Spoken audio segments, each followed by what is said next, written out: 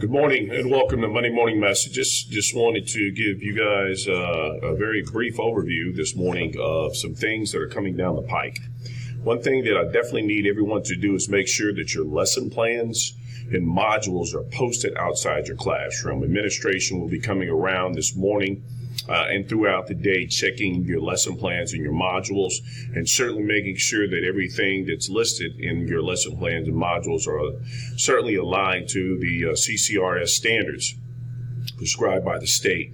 And also ACT, certainly, if you are teaching 11th graders, your bell ringers should obviously include something related to your subject matter, in addition to certainly the ACT tie-in. There's so many opportunities to begin to expose our students to this, and many of you have already been exposing our students to some ACT coursework, or through your coursework, should I say, and continue doing that work, and that's exactly what we're looking for, both with the LDC and MDC tie-in to what we're doing in terms of course, looking at standards-based instruction. And that's where we have to be, folks. We have to be looking at what we're doing in terms of our instructional practices. Are they standards-based, or are we doing activities and things that kind of go out on a tangent, on a limb, and really doesn't necessarily tie into the standards? And folks, if we're doing that, then we need to make sure that we stop it immediately, because that's not going to prepare our students for any sort of assessment,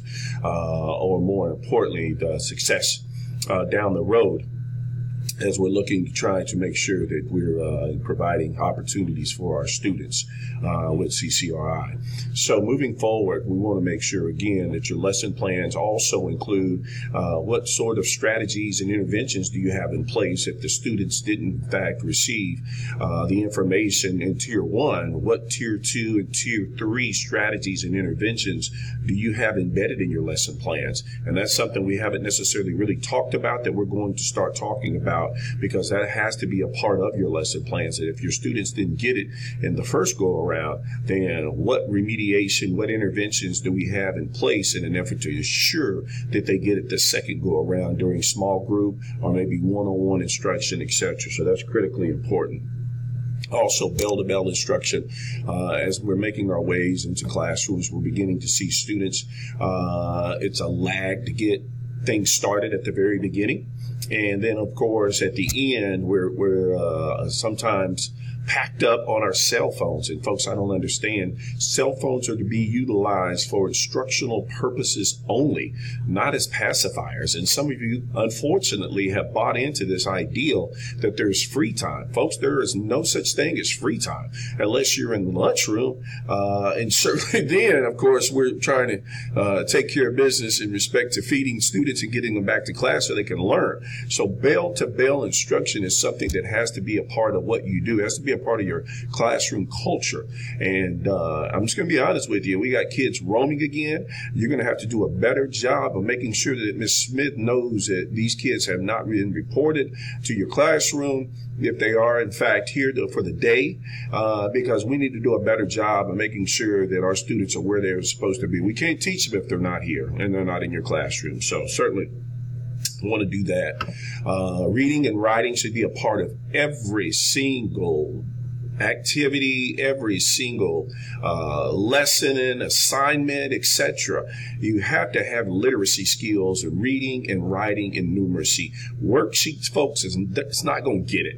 And talking to several students, they've said, and that's where we get our information from. Obviously, we go in and we see what's going on, but we talk to students on a regular basis, and they're going to tell the story. If the teacher's up teaching, or if the teacher's doing a PowerPoint and simply just giving the worksheets, the students are going to tell the story. Folks, you've got to make sure that you're pushing our students. We're never going to be where we need to be, whether it be an ACT benchmark, whether it be a CCRI indicator.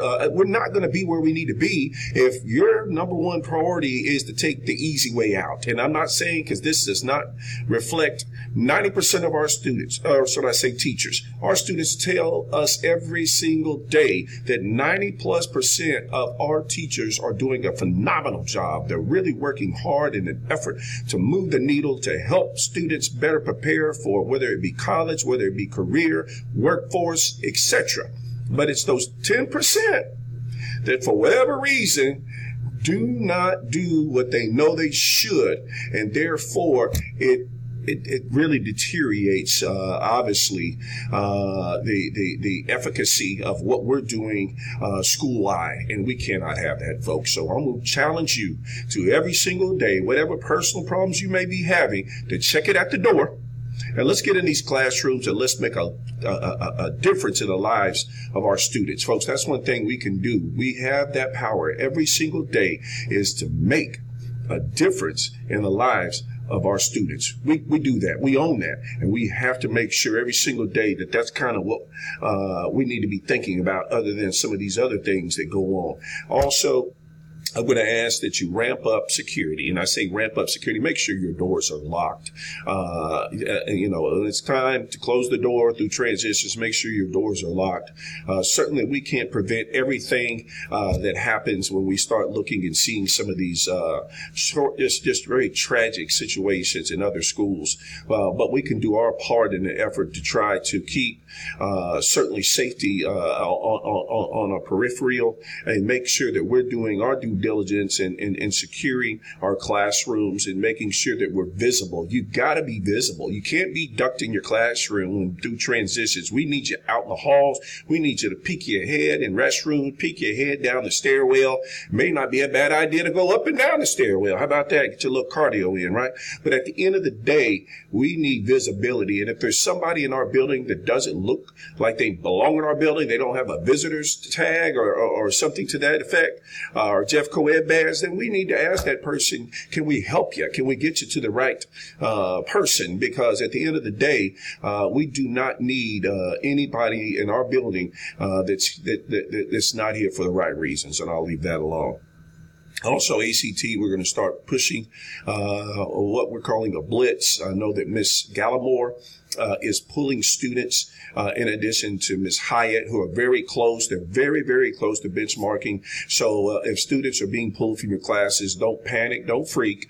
The reality is that it's for a reason, and we're doing our very, very best to prepare these students for this assessment that's coming up very, very quickly. Also, on March 7th is the makeup for work keys for seniors, and also our students who have received accommodations. So that should hopefully go over very well. March 7th, mark your calendars for that. It'll be a slight interruption of the day. But other than that, everything else should be fine. Certainly, we want to continue again to do the very best for our students, and I know that again that's the goal for all of us. And we certainly ask that if you have any questions moving forward, that you let administration know so we can address those. That being said, here at Pinson Valley High School, as I always make mention of, for good reason, I mind you, we're going to continue to promote achievement, respect, and success. Please have a blessed day.